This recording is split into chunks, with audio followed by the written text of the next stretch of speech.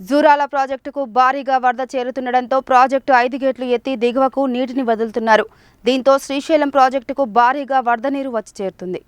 జూరాల ప్రాజెక్టుకు భారీగా వరద చేరుతుండటంతో ప్రాజెక్టు 5 గేట్లు ఎత్తి దిగువకు నీటిని వదులుతుండటంతో శ్రీశైలం జలాశయానికి భారీగా వరద నీరు వచ్చి చేరుతుంది. ఇన్ఫ్లో 57,171 క్యూసెక్కులుగా ఉంది. ప్రాజెక్టు పూర్తిస్థాయి నీటి మట్టం 885 అడుగులు కాగా ప్రస్తుతం 811.50 అడుగులుగా ఉంది.